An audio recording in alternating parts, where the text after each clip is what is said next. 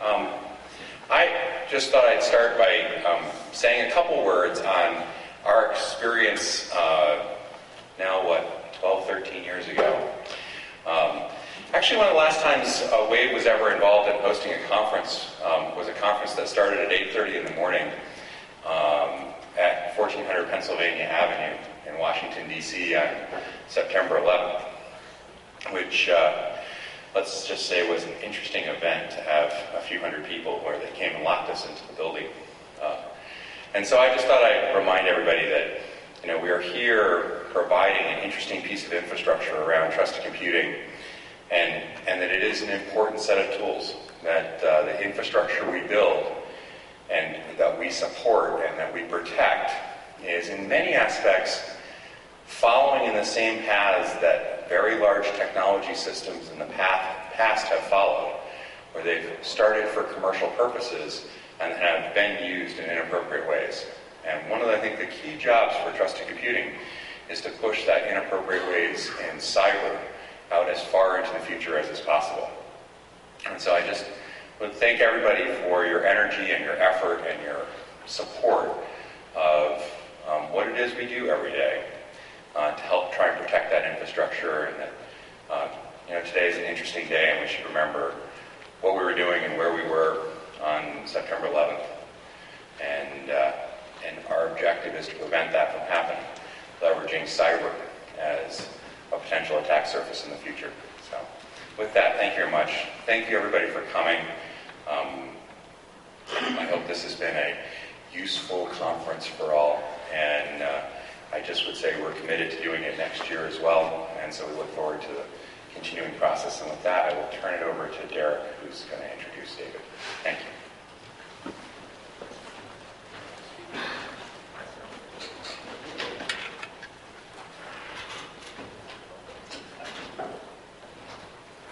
Thank you, Stephen. Hi, everybody. I'm going to be the MC this morning, Derek Brink from Aberdeen Group, and it's my pleasure to introduce David Wooten. David has, I think, a pretty cool title. He's a partner hardware architect. That's very cool. He works for Microsoft Research. That's very, very cool. And he works in the Extreme Computing Group, which I think is extremely cool. So I would get a lot of business cards printed up if I had that.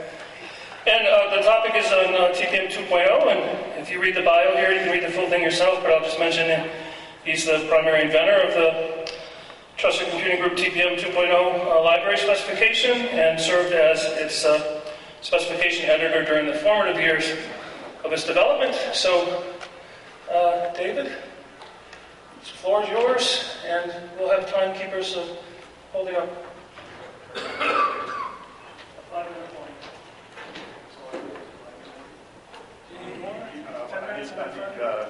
I need a middle of the talk warning. All right.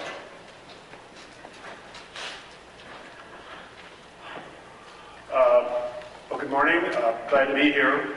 I'm glad you decided to come today and sit through my presentation rather than being off at the Apple announcement of some new phone thing. I need to warn you that my usual TPM presentation runs on the order of like 6 to 8 hours. I'm going to try to cut it back a little bit and fit it in the time.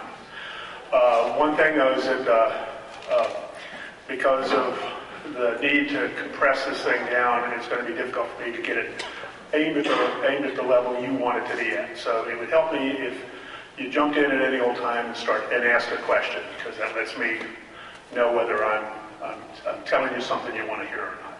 And I think I can see your hands if you raise them, even though the light's in my eyes.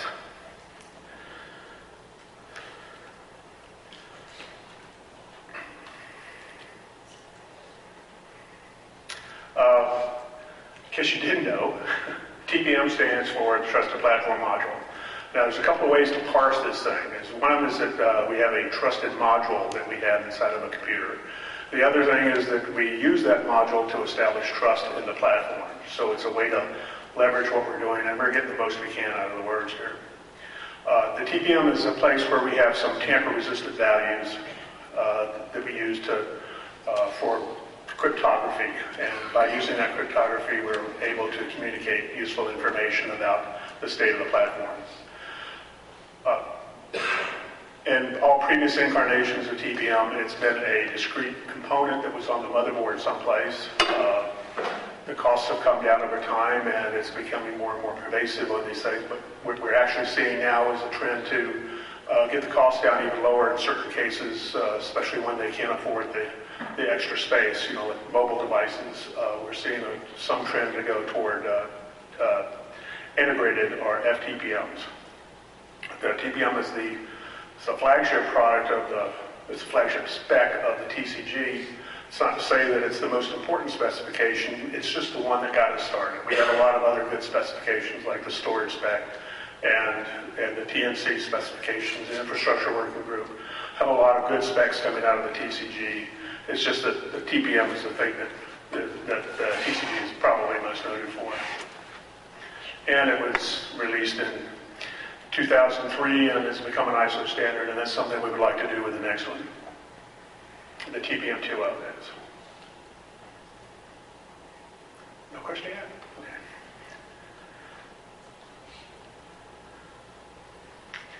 So a primary purpose, it says that the primary purpose of the TPM is to try to identify a system, a computer system, to identify it to someone else. And a computer system is not just a piece of hardware. It's the hardware and the software that it's running. So that constitutes the full personality of that machine. And we need to know both of them to get a full identity of the computer. The TPM we use to record information about the software that's loaded on the platform. TPM has an identity of its own, and the combination of those things allows the TPM to report to someone else about the true identity of the platform that it's on. The TPM is just a reliable witness. It can't do anything magic. It can't decide whether the machine is in a trusted state, but it can tell you what state it's in, and you're able to make the value judgment of whether you want to trust it or not.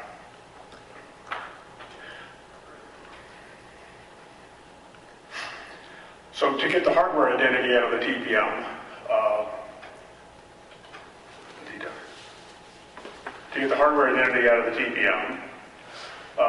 we use an asymmetric key. It used to be an RSA. It was an RSA key only on TPM 1.2. On 2.0, we've expanded the cryptography so that it can be RSA, ECC, or in the future some other asymmetric algorithm. We use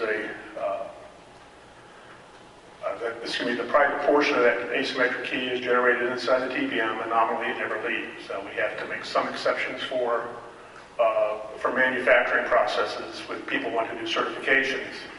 We have a way for manufacturers to inject keys into the TPM so that they can put the certification with the certs and the TPM at the same time.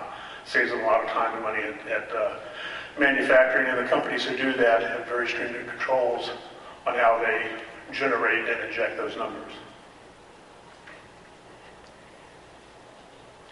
Excuse me.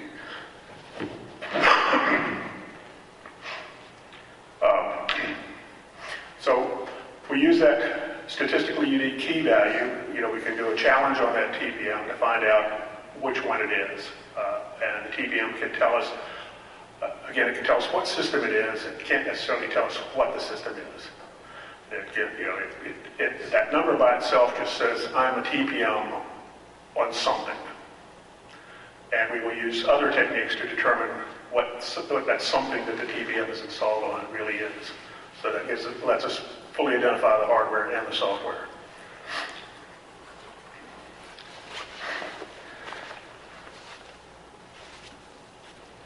So for software identity, we get the identity of the software that we're running on a platform generally by hashing it.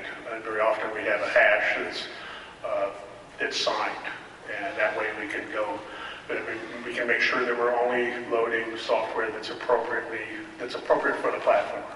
And in previous talks you probably heard about secure boot using UFI, which is using signed UFI code modules that the platform will only load properly signed modules and only execute those, so we can get a secure boot process. So excuse me, that this transition to the East Coast has been deadly for me.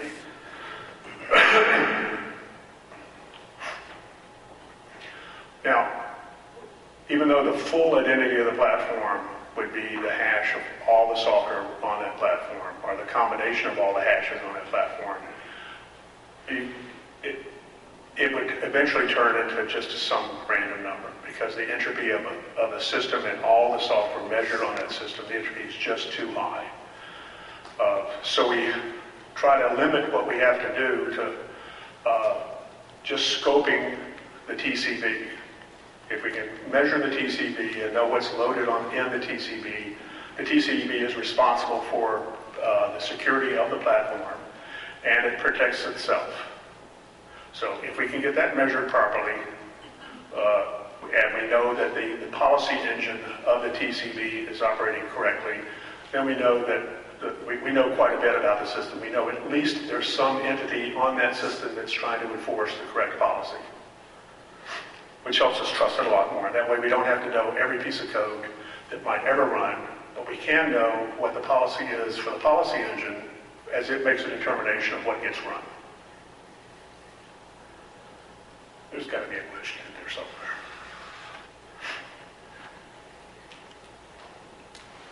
Everybody good with this? Okay.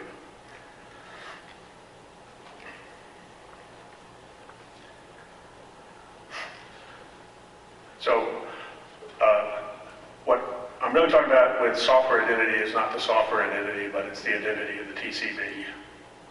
And the way we established it, that it's like I said, it's something like Windows, it would be the combination of the kernel and some possibly anti-malware software that was early launched that is trying to enforce policy on what gets to run on the platform. And we measure it, and we identify the TCB by measuring it. And the process for doing that goes something like this. This is a gross oversimplification, but hopefully it illustrates what's going on. So we start the process. As we boot the system, we're going to measure everything that gets booted. So we start off with a system reset, and we begin executing in some initial piece of code. Now this code is colored gold here because it's the thing we count on the most. It's our core root of trust for measurement. It's the thing that has to be right to get us started correctly. And the recommendation on the TCG is that that code be immutable. It cannot be changed. You ship it, it's always right, it's always there. What it does is it puts a stake in the ground, if you will. It comes up with a number and says, this is my identity, and this is where, and I'm able to go do the right things. And we stick that in the TPM, and we put it into one of the PCRs in the TPM. Now we proceed on with this by having the first component will then go out and measure the next component that's going to run. It takes its hash. Takes that hash, puts it in the TPM, extends it into another PCR. After it does that, we can transfer control to that new piece of code because we've got it measured. We know what's going to be, we know if that piece of code that we're now going to run, we know its identity, so we're not lost. Even if it was a piece of malware, we would at least know its identity, and the PCR measurement would tell us that we've got a bad piece of code that we're running. But hopefully we get to this point and we don't have any malware in here. So each one of these components goes in turn and measures the next one into the TPM before it transfers control to that piece of software. We get to the end, and we get our policy engine loaded, which, and I've just said this is some early launch anti-malware, for lack of a better term. And it doesn't necessarily make a measurement into the TPM at this point. It starts enforcing policy. So we've measured the TCB, we've got that in the TPM, and now we can report on the TCB and tell people what policy is being enforced by that TCB.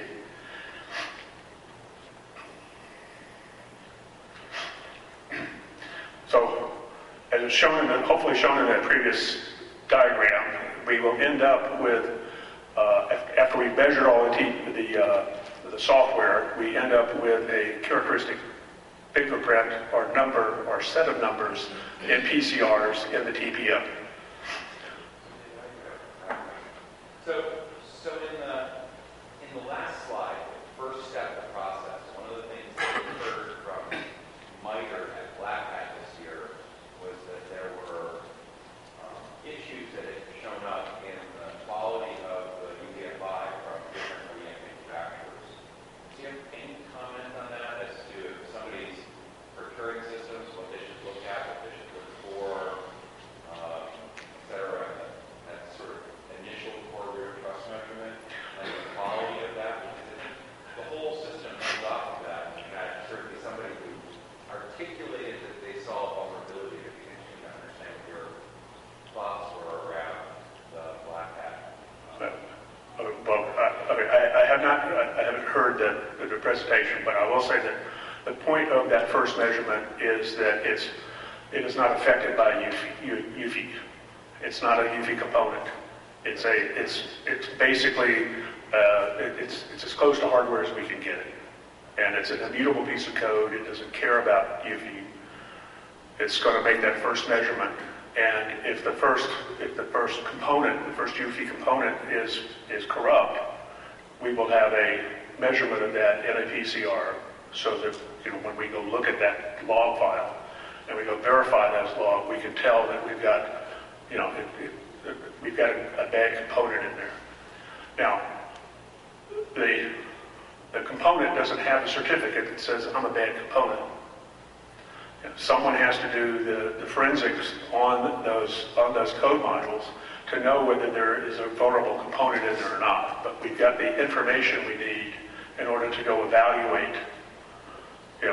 If we've identified this bad component, we've got the signature of it, and we can do a comparison and find out whether we should proceed on and trust that corrupted. But we should trust the corrupted one, but we can tell if it's corrupted or not. But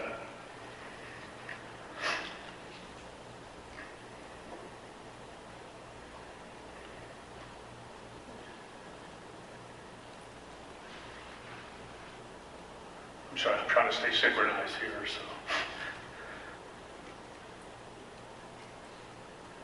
Well, I guess not. All right, so we get our fingerprint in the TCB into the PCRs, and now we can use fairly standard cryptographic methods for reporting on those contents. We do what in TCG speak is a quote. It says go, collect up some PCRs, hash them together, send them, and sign it with a certified key and send that off to someone so that they can analyze the log file and know that the log is correct and do their analysis of whether that platform should be trusted or not.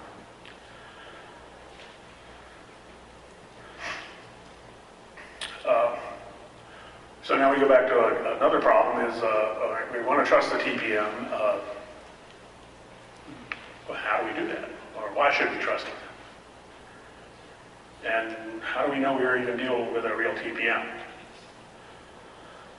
So the way we try to deal with that problem is by putting having a manufacturer certify a key that's in the TPM.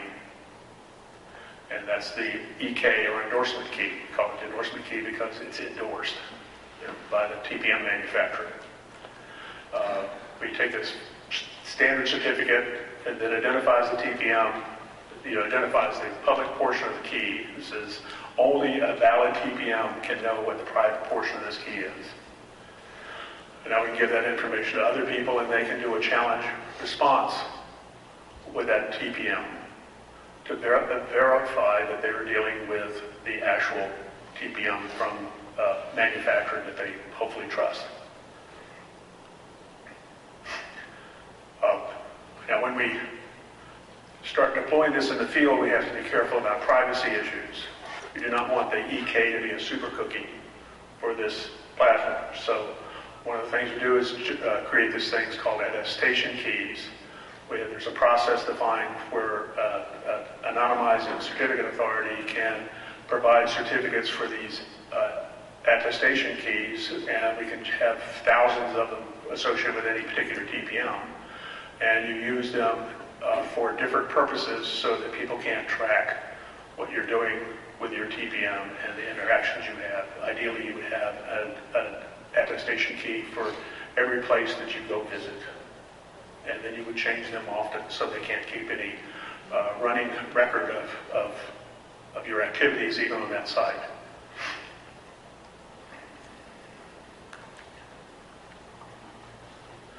All right, so the question is, we got this nice 1.2 TPM, why did you do 2.0? I ask myself that a lot. Well, basically we had to. In 1.2, we relied specifically on two cryptographic algorithms, SHA-1 and RSA. RSA 2048 to be precise. We support 1024, but 2048 is the primary asymmetric algorithm. Now, SHA-1 is no longer considered adequate. In fact, it's been sunsetted.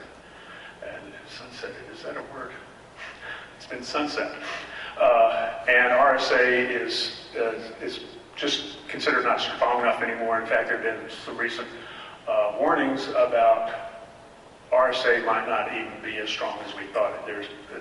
People are getting very, very good at factoring larger and larger numbers, and 2048 probably doesn't have 112 bits worth of strength anymore.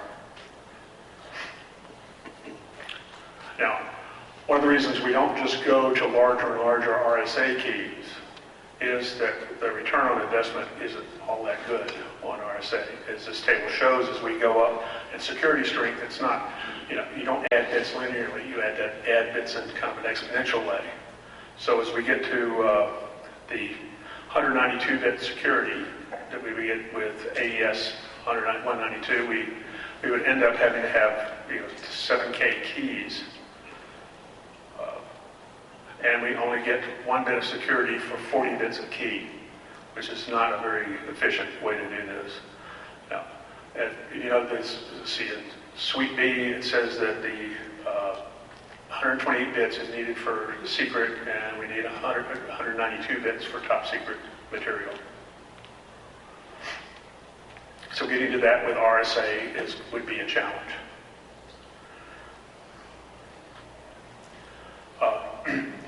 So the other thing we were looking at in the 2.0 is that this was going to be a painful transition for us. We were going to have to change an infrastructure that was hard to build in the first place, and we were going to have to change it to something new. And doing that with 2.0 was bad enough, and we're trainable.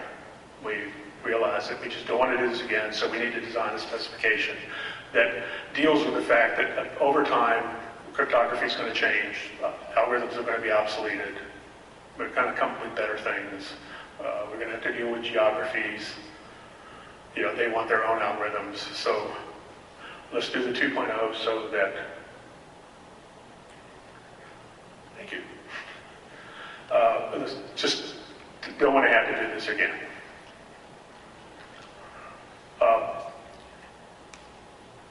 While we were in there, people pulled out all of their sheets of paper that they had accumulated over years of the things that they would like to have put into the TPM if they only had it to do over again.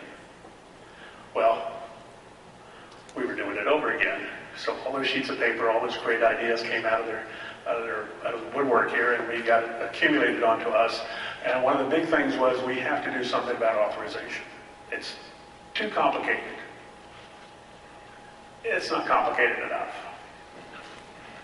So certain places where people said we need to simplify, we need to streamline this, we need to make it so that the bias doesn't have to worry about doing complicated hashing or other stuff in order to do authorizations.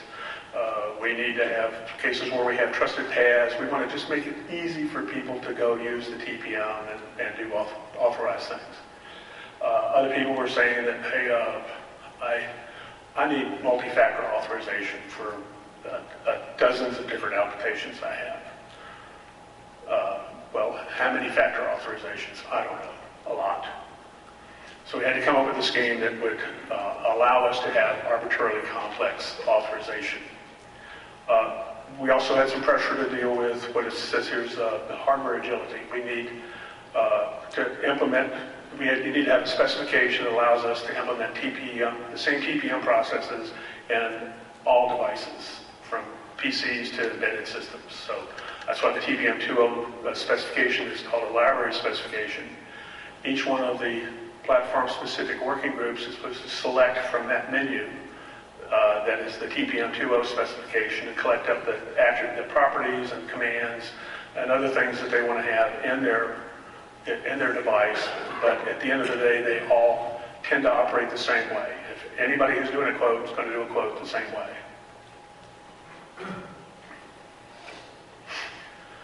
So I'm going to make this into a little bit of an agenda for the next few sections. So crypto agility means just means that that the interface has to be able to deal with changes in cryptography. We have to have different key sizes for asymmetric algorithms. We have to have different asymmetric algorithms. We need to be able to change symmetric algorithms. We need to have bigger keys, different algorithms altogether for different geographies. Hash algorithms, same thing. So we've got this triumvirate of crypto groups, crypto types, which is symmetric, asymmetric, and hash, that kind of go together as a pairing, and we need to have different pairings of these algorithms that we can use in different applications. For example, the Sweet B secret and the Sweet B top secret, we need to have different pairings there. Now, to get all of this agility into the specification, we had to just tear it apart. We could maintain some of the concepts like the PCRs and the way things were measured, but we had to, all the data structures were not sized correctly. For one thing, they didn't have size fields, so we couldn't have them be variable. It was everything's, if it's a hash, it's 20 bytes, end of story. So to get a SHA-1, and we had the same kinds of things built into many places, and if you have to be agile, having those fixed sizes just doesn't work. So we had to toss in all those data structures, and naturally we had to redo most of the commands because most of the commands were designed specifically for those two algorithms that we had. And one key thing in there is that we wanted to make sure that the specification could grow. The measure of success for the TPM spec isn't going to be that it's stable. The measure is going to be that people want to keep adding to it. That's because, that means that if they want to add to it, that means they have an interest in it. And they like what it's doing, they just wanted to do a little more. So we put the spec together so that we can continue to add things over time, commands, algorithms, and make it more better.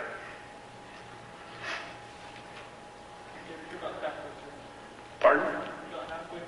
Thank you.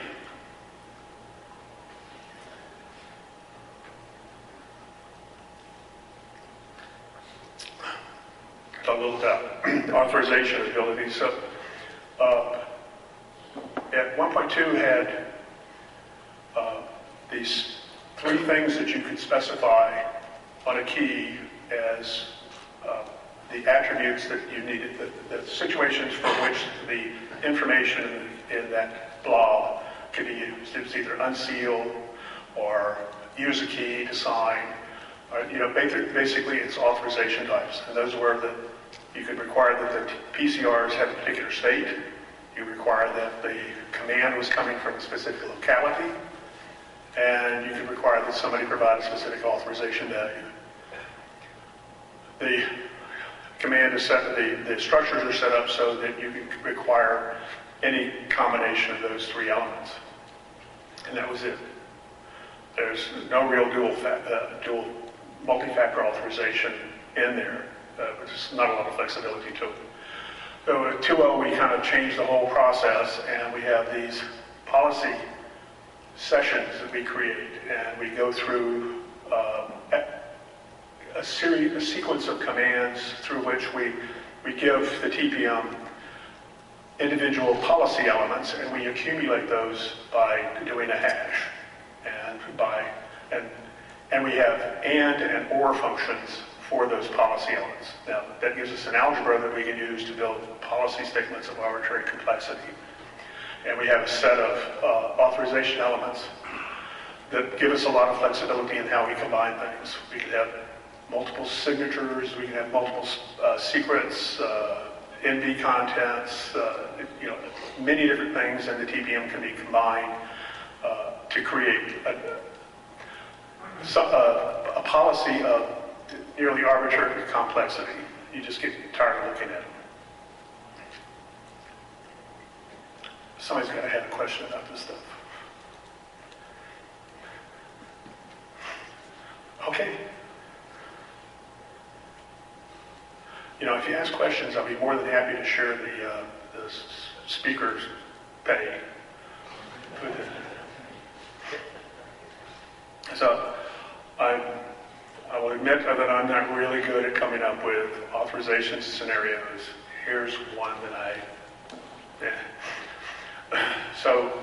So you have a lot of machines, you have a lot of individuals, and you want the individuals to be able to use different machines. You don't necessarily want them to be able to use all of the same machine, but you want to have collections of people who can use collections of machines in some arbitrary way.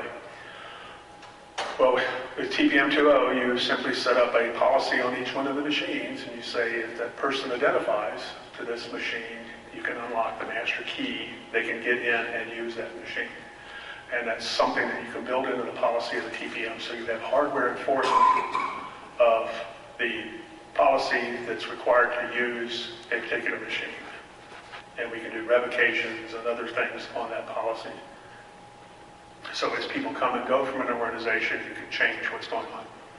So one of the most interesting challenges that exists, especially post revelation that everybody's watching this all the time, is anonymous access to the internet.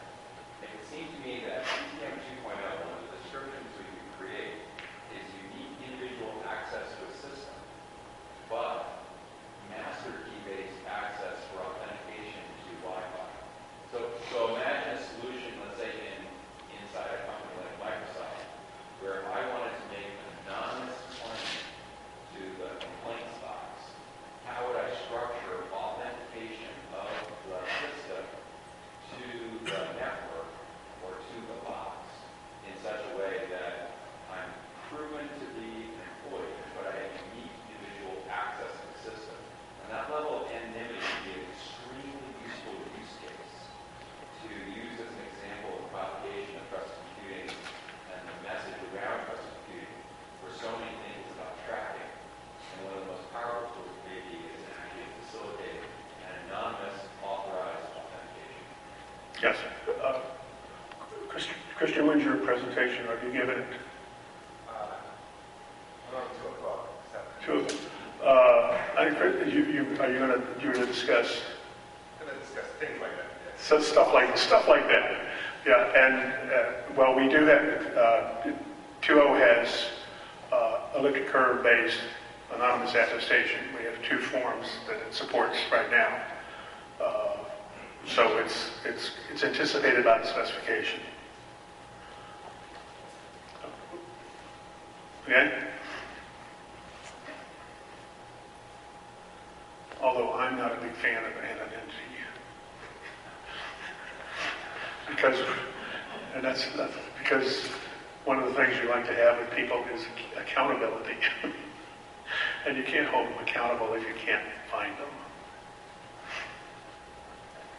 But that's just me. So the authorization mechanism inside the TPM is set up so that it can leverage other devices like biomechanical devices. They can provide information into the TPM policy so that you can gather information from fingerprint readers, scanners, whatever, and feed that into the policy, and you've got this closed system. It's kind of open system, but the policy kept, the policy enforcement is kept within that hardware entity, which is the TPM. We can make sure that through a policy that's outside of control of anything but that TPM, we can follow that. I like the GPS one. This you can only use this key here. If you move over there, you can't use the key.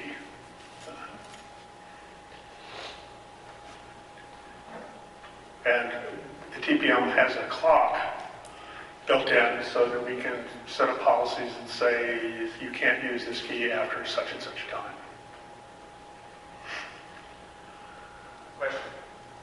How do you secure the channel between the GPS and the TPM to avoid masquerading as a fake GPS? Do that again? How do you protect the channel from the GPS and the other measurements units to the TPM to make sure it's not forged or? Oh, well, we'd expect a GPS thing to sign something. Say, here's the latitude and longitude, say. So there's a cryptographic trust between these Yeah, cryptographic trust. You build a policy that says if you get something from the GPS, and we know it's from the GPS because the GPS signs it with this key, we can check that reading was properly signed by no GPS. So, as long, if that thing is not delivered to the TPM, you can't satisfy the policy. If you get it, you know that it was properly signed by the correct GPS. Is that what you're looking for? You're saying that the TPM signs it on behalf of the GPS? No. Excuse me, GPS signs its own statement of, we are here. Okay. So it provides that information to the TPM. The TPM looks at it and says, okay, the GPS says we're here. According to my policy, as long as we're within these, within this box, Okay. we can use this key. Yeah. Curious to see how the trust establishment is made between all these. Well, so as the creator of the policy, I decide what a good GPS signature is. And when I create my key, I create a policy that says that when I decided that a good GPS unit is going to sign with this signature. And I build that into the policy that I give to the TPM. The TPM is the enforcement. It doesn't create the policy, it enforces it. Right, okay. Right. So now a little about hardware agility. Hardware agility, well, the hardware isn't really all that agile. So what we're talking about here is variability in the hardware. As I've mentioned before, we've gone from a paradigm where TPMs were always these external discrete devices so that they could have their own isolated execution environment, which is a necessary property of these trusted platforms. We've we've seen a lot of systems that, like TrustZone on ARM, PTT on Intel, and other platforms, where we do have an execution environment that is isolated from the OS and is not, and can't be modified. The execution of that state cannot be modified by anything that goes on in the OS. Now, the OS cannot can choose not to provoke the TPM or that execution environment, but it can't force that entity to do something bad. So, for example, an OS can prevent somebody from quoting a TPM. On the other hand, if you don't get the quote from the TPM, you refuse to do business with the OS. So there's the loop is that you have to have something that's coming from the TPM that's going to allow the OS to proceed on, to make progress. And if you do not interact with the TPM properly, you're not going to be able to get that evidence that you need. You're not going to be able to get that information you need to make further progress. So that's how we put this stuff together so that we can make people do the right thing. And thankfully the NIST is providing some guidance to folks about putting together these mobile platforms with these TPMs built in these SoCs so that they will have the necessary security properties. So, especially if you look at what NIST is proposing in the mobile space, or for the mobile space, I just would like some clarification on one thing. By definition, it's a hardware root of trust, right? A TPM, or at least that's how one thing is started. So today we are looking at, for instance, the software instantiation, the denied trust zone. Is that also inferred, the way it is being discussed, the way, for instance, Andrew Day puts it in his presentations, is that now still considered a hardware TPM or specifically a firmware TPM, or are there any distinctions as far as security levels are concerned at all? So it seems to me there is it's not quite clear what means. Can you elaborate on that? I agree, it's not quite clear.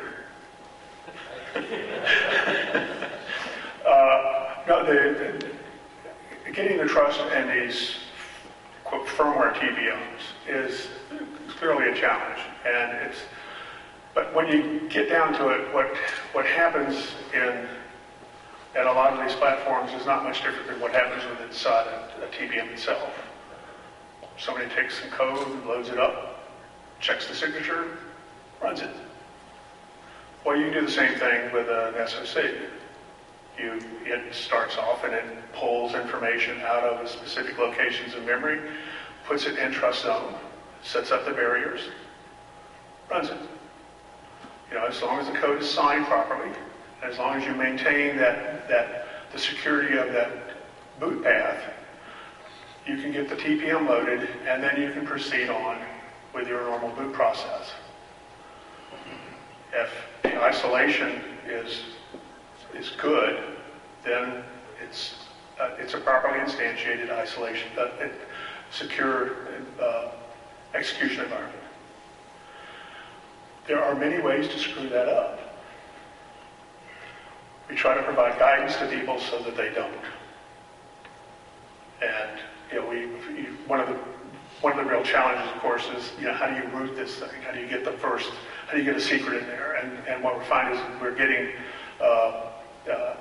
people are blowing fuses, lots of bits in the fuse, so that we can have statistically unique identities for each one of these devices. We use that in our process of making sure that everything that's on that device is encrypted to that device and can't be moved anywhere else. We have key derivation chains and a whole bunch of other things that we do to make sure that whole process maintains its integrity, so that we can get the TPM instantiated and have the level of confidence in it that we need to. We want these things to be certifiable to essentially the same levels as we can with discrete devices. The challenge in these things, though, is going to be trying to get to things like EAL4+. The tamper resistance for most of these processes would be daunting. Certainly one of the huge challenges in this space has been FIPS 201. So FIPS 201 is not a hardware identity or TPM specific specification, but it's about the identity credentials in TAC cards or gift cards. And in the recent modification of FIPS 201, which allows an alternate credential so that it can support a derived credential onto a device or onto another token of my primary credential, and it requires a FIPS 140 level or -3 level 3 minimum credential. And so we do an enormous disservice to anyone who decides to build a tablet with a TPM 2.0 that is not shooting for that tablet to be their token. And I think that one of the things that we have to do is either have to push the supply chain to maintain level 3 as the minimum target, or we have to understand that when you build a tablet with a level 2 only credential, it will not be able to substitute in the U.S. federal and in some cases banking and HIPAA standards as an active token. You will not be able to sign a pharmaceutical script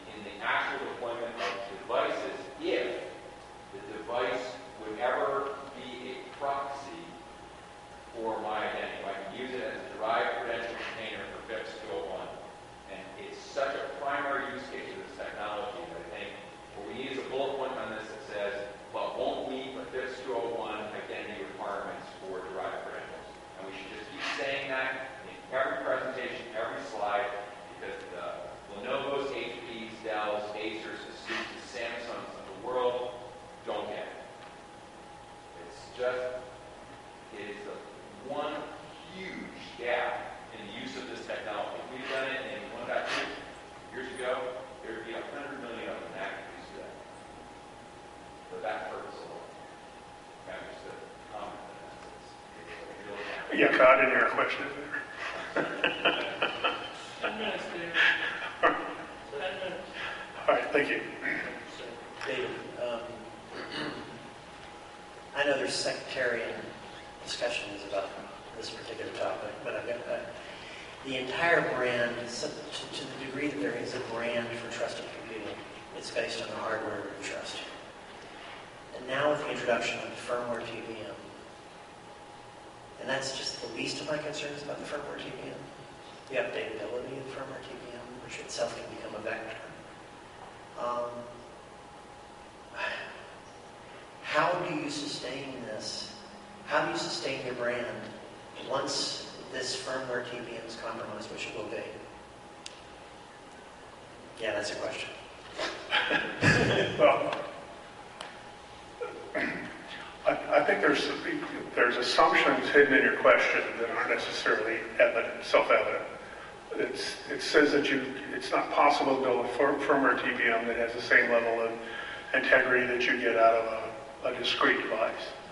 At a certain level, if you back up and squint enough, they're indistinguishable. You have a boot process for both of them. If you can, and in some discrete TPMs, you might actually have the firmware for that TPM reside in an external component and brought into it. That being the case, what's the difference?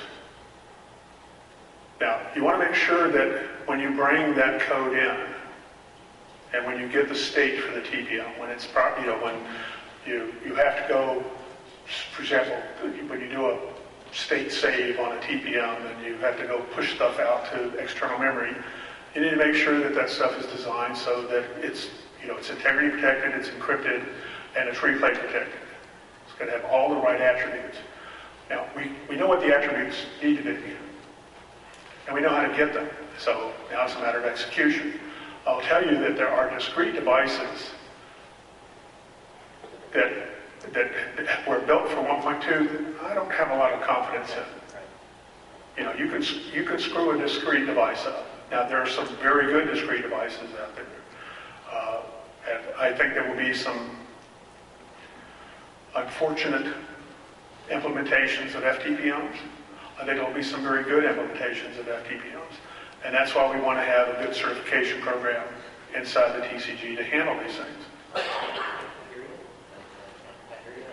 I'm sorry. I hear you, and I agree with much of what you're saying. The challenge, though, does become that, yes, there are badly implemented TPMs, hardware TPMs, discrete TPMs. Been aware of that. To date, the most known breach took something that was Tarnowski to acid board a TPM to get it to give up its secrets. If badly implemented FTPMs are compromised, which I do believe will happen, what does that do to the TCG brand? I don't think it's a good thing. I don't think it's a good thing if any type of TPM gets compromised. I prefer that we have, I would like to see the TCG have a certification program that, where that is the brand of the TPM and it gets applied to implementations that have gone through some kind of evaluation. I'm not sure that EAL4 Plus is necessarily the right evaluation for everything. I think it's appropriate for some markets. I don't think it's appropriate for all of them, personally. So I would like to see, that we have a good certification program, that the TCG have a way of going in and saying, we don't think this is screwed up, and you should have confidence in it. Hopefully those don't get broken. If the other ones get broken, we can say, see that you should have gotten something with the TCG certification. And what else do you do?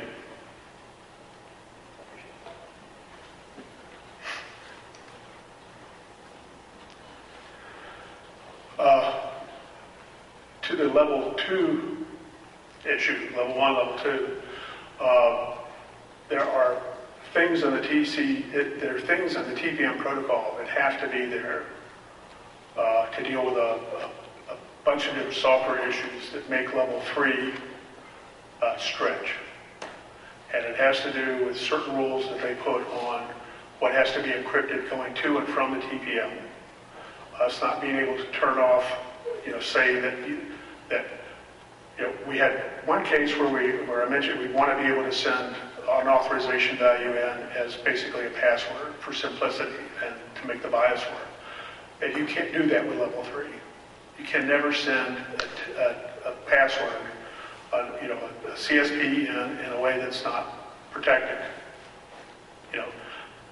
They might allow a secure channel, but the definition of secure channel is one that you just can't. It's impractical to achieve. So we've got some conflicts in what level 3 requires in FIPS 140-2 and what we have to implement in TPM 2.0 and what we implemented in 1.2. 2.0 is easier to get level 2 than 1.2 was. We took care of a lot of authorization things. There's some things that we just could not do for them. So we talked to NIST about this quite a bit, and I think they want TPMs to do exactly what you want TPMs to be able to do. So we're working with them to try to come up with some common agreement about how do we go forward.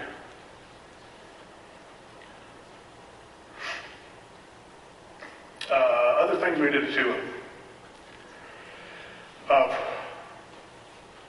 Well, we decided it wasn't nearly complicated enough. So we fixed that.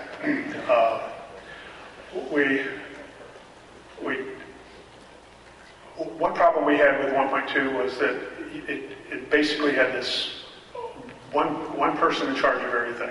If you had on or off, you could do anything. It turns out that meant that we had no fine-grained control over differentiating between the security aspects of the TPM and the privacy aspects of the TPM. We think of the EK as sometimes being privacy sensitive. So how do we control the EK separately from controlling the storage hierarchy where we put BitLocker keys and other kinds of things that people just need to do to use the crypto features of the TPM? So we came up with new controls for this. We gave the platform its own hierarchy so that the BIOS could, independently of whatever the OS is doing with the TPM, the BIOS could make use of it. The importance of this is that the BIOS people were recognizing that they had to have crypto in their system.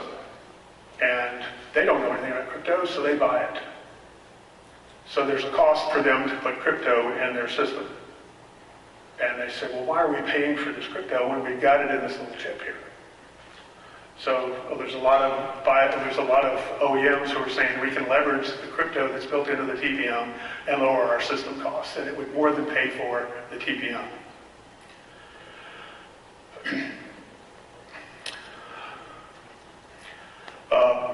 We also made we made a big change to the anti-hammering logic inside the TPM. In 1.2, it was the only requirement is that you had some kind of anti-hammering. Everybody did it differently.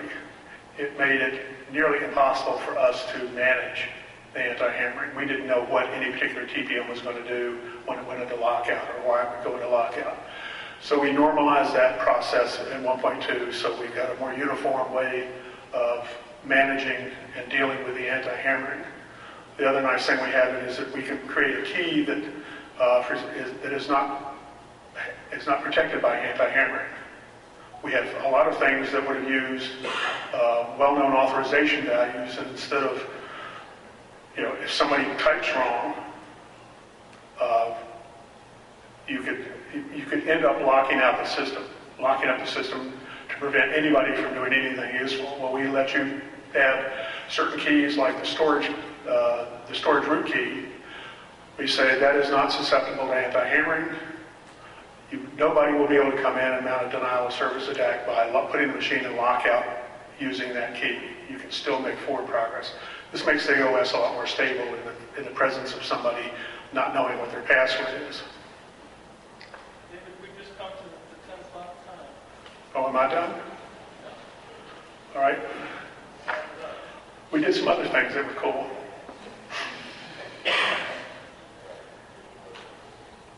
And I think we've had a lot of, we've had several presentations this week about the cool things that we've done with TPM and Windows 8 and 8.1. We expect to see some other things happening. Of course, Microsoft really likes the TPM, and we're going to use it a lot. We're trying to do some things to make it easier for other people to use the TPM. There's some things that are coming out of MSR. We're going to do bindings for .NET, and we're going to do a binding for JavaScript so that you will be able to do TPM actions directly from your browser, which we think would be handy.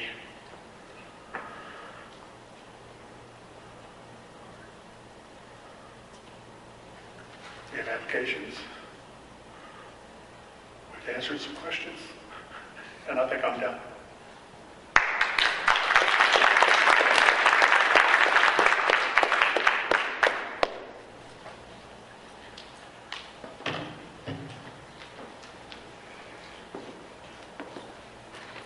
Thanks, David.